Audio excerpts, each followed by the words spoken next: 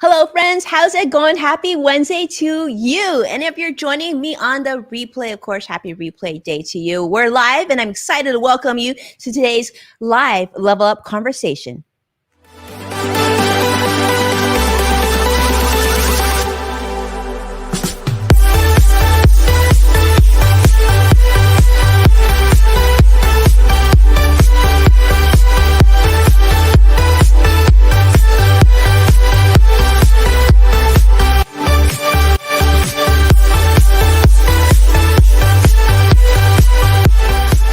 Welcome to Level Up with Winnie Sun.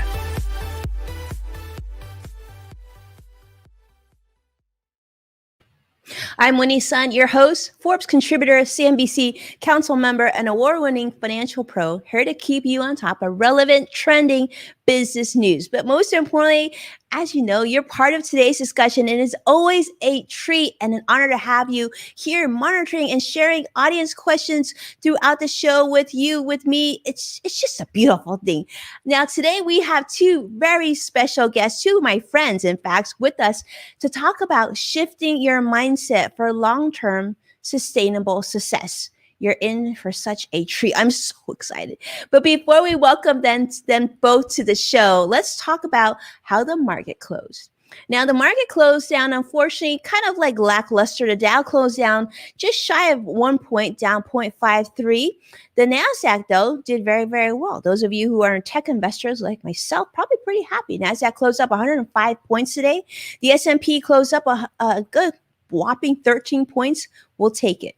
Now, on today, there was a lot of news that came out today, but I really want to save some time for our special interviews today. So I'm going to share with you a big set of news that I think that would be really hopeful, and of course, news that you can use. And this is it. The Social Security Administration announced today that the cost of living adjustment will be 5.9%. That means that those of you who are receiving Social Security payments are going to see a nice little bit of a boost. This is actually going to be the biggest boost to Social Security beneficiary checks in about 40 years. Last year's boost was just 1.3% during the pandemic. And the last time this was this big was back in 2008, right after the sort of stock market crisis in 2008. I should say, it was big in 2009, but it was because of the stock market crash in 2008. So when beneficiaries saw a 5.8 increase that time, this, of course, trumps that number just a little bit more. Now, 60 million plus Americans, as you know, are Social Security beneficiaries.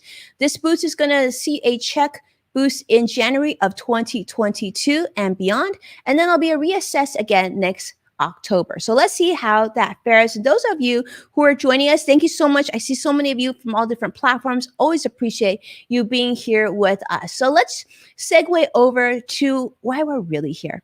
And that is to introduce two incredible leaders. Let me tell you that we had a chance to speak with them earlier today on the hashtag Winnie Sun tweet chat.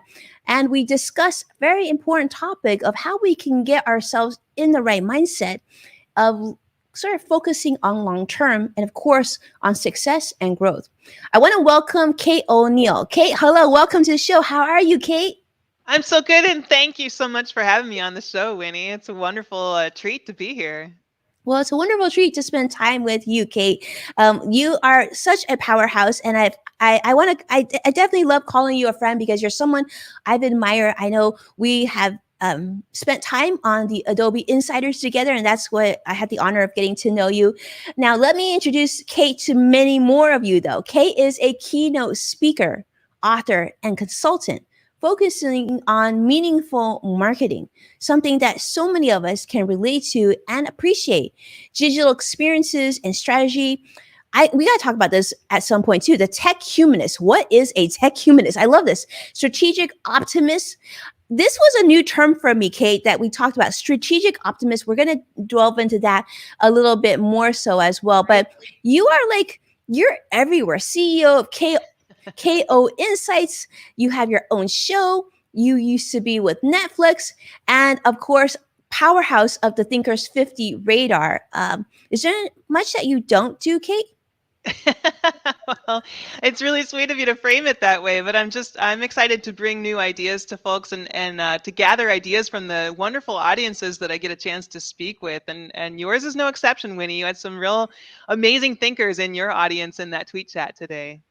Well, thank you. I appreciate you saying that very much, Sue Kate. Yes, we have a great group of thinkers, some great people. And I want to say on that note, welcome to Vicky Garvey on Facebook Live and so many others are joining us. Don't be shy. Let us know where you're joining us from. I know Vicky is joining us from the UK. So welcome to the show, my friend. And of course, Dorie Clark. Now, many of you have heard of Kate. You probably also met Dorie Clark. She's ranked one of the top 50 business thinkers in the universe, I will say. Communication coach, consultant, keynote speaker, and also professor at Duke University School of Business, author of The Long Game, Entrepreneur You, Reinventing You, Stand Out.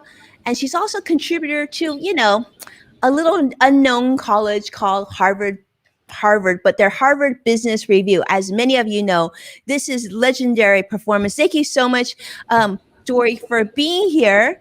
And thank you so much. I know the two of you had to juggle your cat children earlier today. So It's tough being a working mom. That's right. we got to do what we got to do, right, ladies? I mean, our children need us, whether they be feline or two-legged like mine. Yeah, that was the best tweet of the entire chat, I thought, was when Dorie said that that's how she works from home for the last, what was it, 15 years, Dorie, that you tire the cats out first. Yeah, you do that first thing in the morning. Everything else is smooth sailing. Okay, so I need to ask you this, Dorie. So how do you tire out a cat? I know our audience probably knows, but I'm curious. It's all about the mousy toy. Okay. You've got to have the right toy. I have basically a 3-foot long fishing pole. You can buy it on Amazon, and you've got a mouse on a string, and that is the greatest pendulum in the world. And you will get your cats to have their cardio for the day, and after that, they just hang out on the couch. I love that, Dorie. Well, tell me about this. Okay, did your cat approve of your new book? Because we got to talk about the new book. They've napped on it quite a bit. So I feel like permission has been granted. The new book is called The Long Game, How to Be a Long-Term Thinker in a Short-Term World. Cats are very, very good at that, as we all know. Well, I'm excited to hear about this book. Let me ask you this. Dorie, we're still in the midst of a pandemic. It's been a very long process here. Why do you feel like this topic fits perfectly during this time? Because I think it does. I feel like sometimes we need hope. We need to, focus on where we're trying to go. How does this book fall into place? Well, ultimately, the pandemic was a time when we were pretty much all short-term thinkers, and we had to be. Everything changed overnight. We had plans. Guess what? Now we don't have plans. Everything's canceled. Everything's virtual, and we're just trying to keep up. That is a great way to be when there is a crisis. But the problem occurs when we never actually get out of crisis mode. And I think for too many of us now, this has been dragging on 18, 19 months. Mm-hmm. We are almost forgetting how to behave in a different way. And I think this is really a time when we need to put a stake in the ground and say, look, it's great to respond quickly and to be reactive when you need to, but that's not how we can live our whole lives. We want to be forward directed. I think that most people have goals of some kind they want to achieve, and you can really only do that effectively if you do shift to long-term thinking so you can create the plans that get you there. The plans to get us there, so important and so meaningful. And Patricia Summer, she's joining us from Facebook Live, and she's saying, just trying to keep up. So very true, Dorie. Let me ask you this, Kate. Many of us are trying to find our focus. And so often, like Dorie had mentioned, we've been reactive, right? We're looking at what we need to get through today, to get through this pandemic. If we just get through this today, if we can only just work from home a little bit, things will get back to normal. But we need to also focus on that long-term goal. So let's talk about this a little bit of sort of being in that futurist mindset versus a fixed or short-term mindset. I'd love to get your thoughts on this.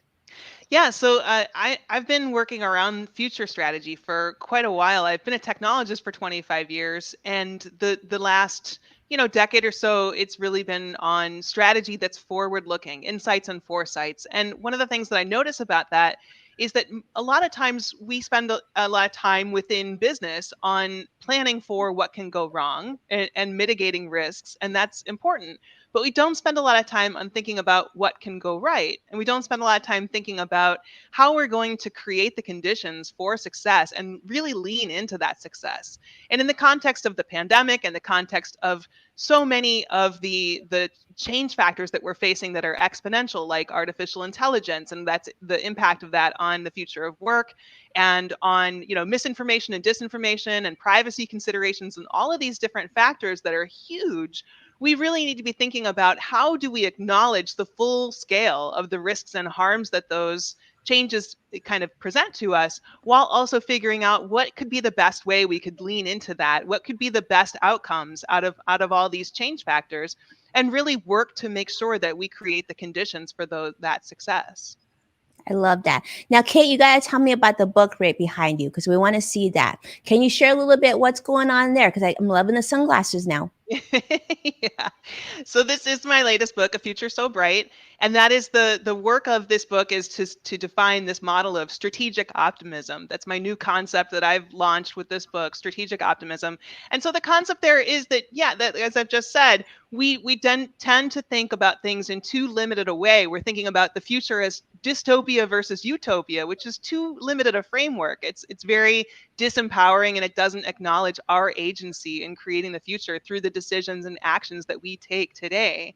So this book is about trying to address that. Think about climate emergency, think about artificial intelligence, think about privacy, geopolitical upheaval, all of these different factors in a way that brings the decisions and actions to within our framework. And even as business leaders and entrepreneurs, we have the opportunity every day to make decisions that are going to create better conditions in the future. So that's what this book is really trying to address.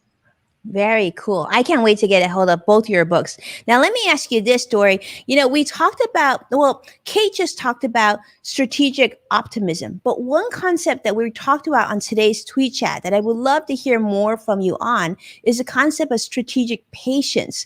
Like, what is strategic patience, and how do you shift your perspective to optimize this practice of more patience? Yeah, absolutely. So you're exactly right, Winnie. In the new book, The Long Game, I talk about strategic patience, which I think is an important concept, because if you are genuinely playing the long game, if you are pursuing long-term goals that are meaningful enough, inevitably you are going to have roadblocks of some kind. You're going to have obstacles. Things are not going to work out in precisely the way that you imagined. That's kind of inherent to anything that's a longer term quest. Things change and you can't predict them. So we do have to be strategically patient. And the distinction I'm drawing, so often, I've been frustrated in my life and in my career by the advice to just be patient. Because I feel like oftentimes people throw that at you essentially as a way of just saying, shut up. They're saying, oh, just be patient. Just sit back. Things will happen. And it's so maddening because so often things don't happen. You have to make things happen. And strategic patience is about understanding that, yes, okay, we're not going to get it today. You have to work for it. It's going to take a while. It's probably going to take longer than you want. But there are things that you can do to accelerate that journey and to be smart about it. You create a hypothesis, you test the hypothesis, you monitor it, you make adjustments as necessary, and you recognize, all right, it might be a while, but you're going to be pursuing it relentlessly. Pursuing it relentlessly. I love that. So important. And really having that sort of mindset planning. And I like how you gave us some of those actionable activities. So you don't have to just sit there and wait for someone to come along and I guess actually let you have your day. Kate, you have the role of a technology futurist. I mean, you look at things way in advance of these are the areas that you think are going to be more relevant in the future. How does that kind of come into place, do you think, when you talk about the future is very bright, right? There's a lot of things to be excited about, but there's so many different options. And like Dorie was saying, we want to be strategically patient, but we also want to be strategically optimistic. But how do you make a distinction of what things you should engage in and what things you should abort and leave to the side? Because I know Dorie had talked on the tweet chat a little bit about creating that white space, but Kate, I'd love for you to kind of tackle that question if you could. Sure, absolutely. So, what's been interesting to me throughout this career, throughout the trajectory of my career, is that working around technology, working around experience strategy, I call it human experience strategy. I'm thinking always about, what is the role of technology, and particularly data and emerging technology, on shaping the impact on the future of humanity, and how do we prepare humanity for what, by all indications, looks like an increasingly data and tech-driven future. So one thing I've noticed is that within the last few years, my second to last book was Pixels and Plays, which was talking about integrated physical and digital experiences. My last book was called Tech Humanist, really thinking about how we create technology experiences that are better for humans and that also can be better for business. And now what I'm seeing is that over the course of looking at that, we've actually moved into a time where we're in the technology. The technology is around us. We are living and breathing the world of technology. We all carry technology with us all the time. We're surrounded by the data mesh that we're creating through our actions and through our interactions in physical space and online. And so I think it's really important for us to think in a really integrative way about how do we sort of move intentionally through this space and create the kinds of futures that we want. Are we being intentional about the algorithms that are used in social media? Are we being intentional about how we engage in the technology driven spaces that are defining the world around us and creating the experiences around us? So I think that for small business owners and for entrepreneurs, it's really a good time to be very intentional about thinking about the technologies that you're bringing into your strategy, that you're deploying within your organization. And I have a lot, within Tech Humanist and A Future So Bright about how to think about that. But I think just for all of us in general, it's really important that we're very eyes wide open and aware about what it looks like and means to be human in this context, in this time where technology is just in the air that we breathe and move in. So that I think is a good adjustment for us to be thinking constantly about, the algorithms that are shaping our decisions, the data that's being collected about us, and be moving toward a place where we can be more intentional about that. Wow, Kate, that was a lot to think about. I'm still thinking about what you said. Like surrounding, like everywhere is data and technology, and what does it mean to be human? And you know, sometimes I think I'm on the weekends. I'm thinking what it means to be human. I'm liking this. I got it. We got to go deeper on this. I love this. But one thing, Dorie, we talked about a little bit. I'm super.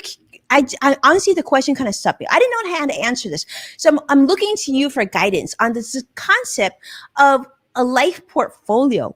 What is, Dorie, a life portfolio? Because I feel like if I understood this, I would be able to utilize this concept. It sounds brilliant. What is this?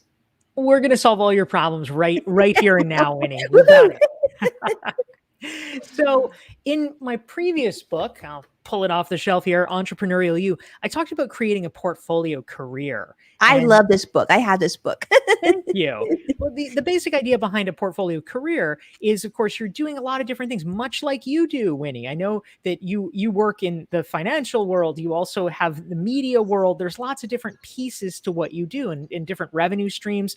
It helps you hedge risk and it helps you capture the upside. That's amazing. A life portfolio really just extends the sphere that we're looking at. And it's not just your career. It's about diversification of how you live your life. And at any given time, there are going to be things, waxing and waning. I was doing a podcast interview earlier today with a wonderful woman who's an entrepreneur who has downscaled her work because she has a very sick relative that she is caring for. And as part of her life portfolio, she is now over-indexing on family. And that's what needs to happen right now. But ultimately, there are different seasons for things. And it's about allocating our time and our resources, our energy and our emotional resources accordingly so that we're creating the best portfolio possible for our lives. Sometimes it's going to be very intense on work. Sometimes it's not. Sometimes it's going to be really intense with travel or friends or maybe with kids. So we need to be making the best choices for where we are now and where we believe we want to be. I love that. That's powerful. Where we are and where we want to be, and I feel for you. I mean, so many people are dealing with, like you said, the pandemic and ailing family members and work and life and balance and cats even. And so we get to somehow figure that out. And like you said, allocating space and time for that. So life portfolio, really powerful stuff. And I love this. I'm kind of thinking like what Kate was talking, there's data, there's technology everywhere, and then putting everything into place of what our life has meaning, right? And that we're present, and so that time doesn't just pass us by, but sort of changing that mindset of thinking more long term. I think we need a lot more of that. And and this is what I'm so grateful. I'm grateful for the time. I will tell you, I would love to continue this conversation. So I think what we're going to do is we're going to continue to take this to another level on another show, because I think we need to talk more about being present. I also would love to talk more about what technology looks like in the future and how we're going to evolve, and how we're going to have to change ourselves and the ways that we think, view, and do business, Kate, as well. So let's do this. Let's have some fun. We got a lot of people joining us on all different platforms. I see Patricia, I see Alina, I see Kathleen also. Lots of stuff, lots of ways to connect. But let's do speed round, because we want to...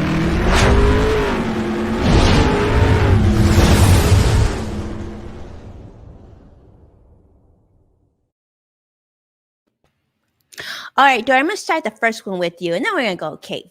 And that is, I would like to hear, name an early career experience and share with us what you learned from it, Dorie. Tell us, where'd you work? So one early career experience, Winnie, that comes to mind is I was an intern when I was in college for the National Organization for Women.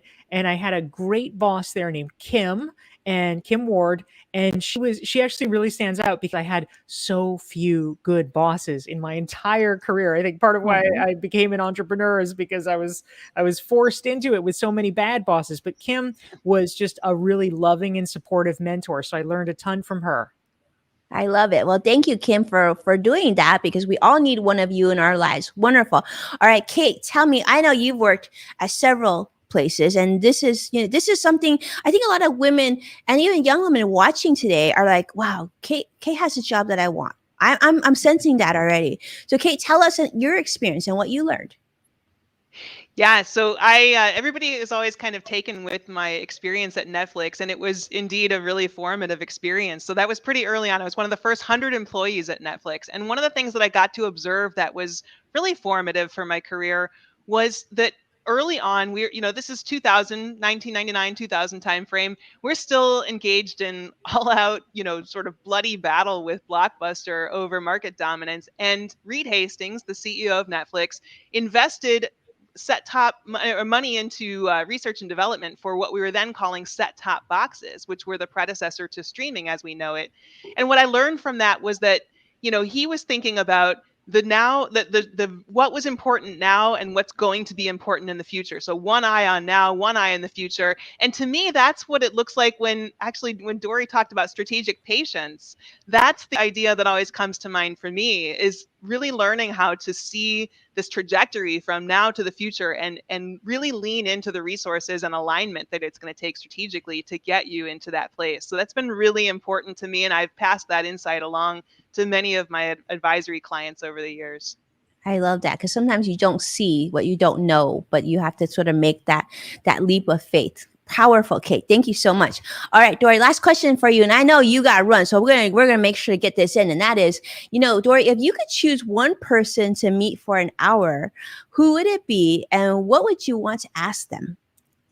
Well, I think one person, if we're able to go way back in time, that I would like to talk to is Benjamin Franklin, because I feel like he was such a renaissance man. He did so many different things, and I really admire, speaking of a life portfolio and a portfolio career, he was someone who was, an inventor and an ambassador and a statesman.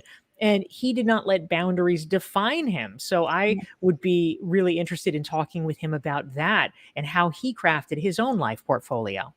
I love that. And he would be like, ooh, I think he would have his own definition of a life portfolio, Dorie.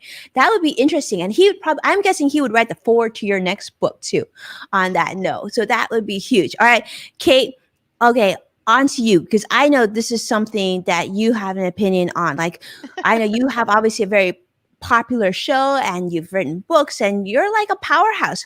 Let me ask you this. Who would you want to meet with for an hour and what would you ask them?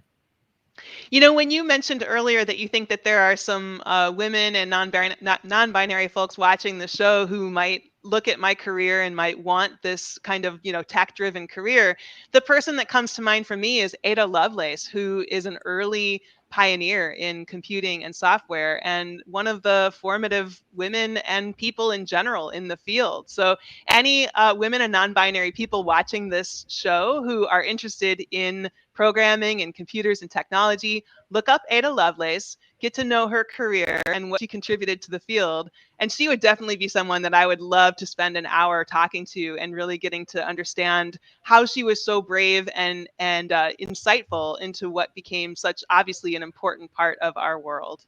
I love that, Kate. That's powerful. I actually don't have any background on her. I'm going to do some research. And hopefully, this is something, I mean, I love what you mentioned. You're going to always be an inspiration. There's going to be people that want to get to know you more, Kate. Let me ask you this because we didn't get a chance to talk about this yet. And, I'm going to circle back because I'd like to learn more about your book, if you don't mind. Tell me about the inspiration to this book. You've written others. What made you decide that this was the book that you wanted to put out now? Well, to me, what's happening is that we've been talking for a while, in my career, we've been talking for a while about how data impacts humanity and the shape of the impact on the future of humanity. And so meaning is a really important construct in that, and how we use meaning to understand the human condition, what's important to humans. But what I've been finding is that thinking and talking about technology and data to business leaders, one of the concepts that comes up a lot is thinking about the future and how we're building toward a meaningful future. And one of the things that some of the topics that often come up is how frightened people are of the future. And I think one of the reasons that we are frightened is, as I mentioned earlier, I think this framework of dystopia versus utopia that we're so used to talking about the future in is a really harmful and unhealthy way of thinking about the future. And it removes our agency, it removes our empowerment from the discussion. So I wanted to write something that put some sense of empowerment back into the equation and says to people, you actually make the future through the decisions and actions you take every day. And so whether we're talking about the climate emergency and the many sort of implications from that, or whether we're talking about intelligent automation and the impact of that on the future of work and the future of jobs and the future of the workplace, all three, by the way, different topics from one another that interrelate. And I go into that within the book. Or, like I said, misinformation, disinformation, geopolitical upheaval. There are so many big topics right now that I think people feel very fearful about, not to mention, of course, the pandemic that we've been talking a little about already. So when you combine all of those, I think it's natural that people feel a lot of uncertainty and a lot of anxiety about the way that we're looking toward the future. And I think it's really important that we have a sense of hope about the future that comes from a place of understanding that we shape the future through our actions. We need to take more intentional action toward creating the futures that we want to see, those better, brighter futures that we're trying to create and that we would like to live to see and create for future generations. I love that. I love that how you say for future generations, not just for us, but for future generations. Because like the things that you mentioned, I think many people are watching are feeling overwhelmed and they're seeing very short term. And there's a lot of things that there is hope. And there, like you talked about earlier, strategic optimism and making sure that we focus down the road. I'm excited. I'm excited to dive into your book, Kate. This is great. We got a chance to share your book with everybody. You can see it on screen. There's Kate's website. But let me ask you this, Kate, if people want to, follow your journey, learn a little bit more about your book and other projects you're working on, where should they go? Well, you showed my website, and that URL is koinsights.com. So people can find all of my consulting, speaking, and writing work there. But also Kateo, Kateo on Twitter is where I'm most active online, and I'm happy to engage with folks there. Very, very interested in hearing from folks about what they're thinking about and what makes them excited and nervous about the future, so that we can plan in equal measure to create that better, brighter future. I love that, Kate. I used to I used to always, well, I still do, get nervous every time I walk on stage on CNBC or Good Day LA or other show. And my business partner always says, well, when you're nervous, it means you care. And so that you just talked about, whether it be positive or negative or nervous or excited about the future, it means you care. And I think that is a good place to leave this. We all care. And most important, we're excited to celebrate you, Kate, and your new book. I'm excited to dive into this. Thank you so much for the time. Gotta say, I'm kind of loving the yellow sunglasses because I mean, how cool is that, right? Had to go and buy them to match the cover. I know. So cute. So cute. They can see him right on top of her head. Talk about great marketing. Kate, you've done such a great job. It's such a treat to see you. I wish we were in person together so I could give you a great big hug and a thank you. But thank you so much for your time. Thank you so much for being generous with your knowledge today, not only on the tweet chat, but also on this show. So those of you who didn't get a chance to see all that we talked about, Kate shared, I call them diamonds and gems. She shared so much knowledge with us earlier today. You can actually go on Twitter and search for hashtag Winnie Sun. We shared about 12, 13 questions today, and Kate answered them for you. So there's so much knowledge. So if you're curious about really getting into that mindset of thinking long-term, thinking about success, thinking about what your future will look like, thinking of sort of your personal what or why or how, jump on that tweet chat. As you know, the Winnie Sun tweet chat is the largest business personal finance tweet chat on social media.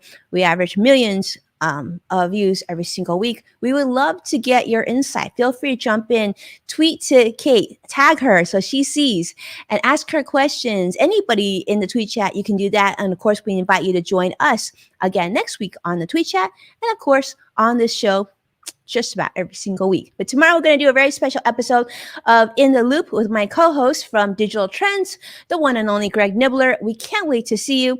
But thank you so much, Kate, for your time. Thank you so much for your friendship. And Thank you. I don't know. Thank you, Winnie. Yeah, no, I so appreciate it. And I appreciate how hard you work to make sure you bring financial education to people and all of these discussion resources for folks. So thank you, Winnie. Oh, thank you. I just love you. Thank you so much for watching, my friends, supporting our program. And please take a moment to share the show with someone that you care about all over social media and tag me, of course. As a reminder, you can find full episodes of Level Up on NASDAQ, Amazon Fire, Roku, and as of this week, my friends, the CW in San Francisco. Be well, and I can't wait to see you again tomorrow.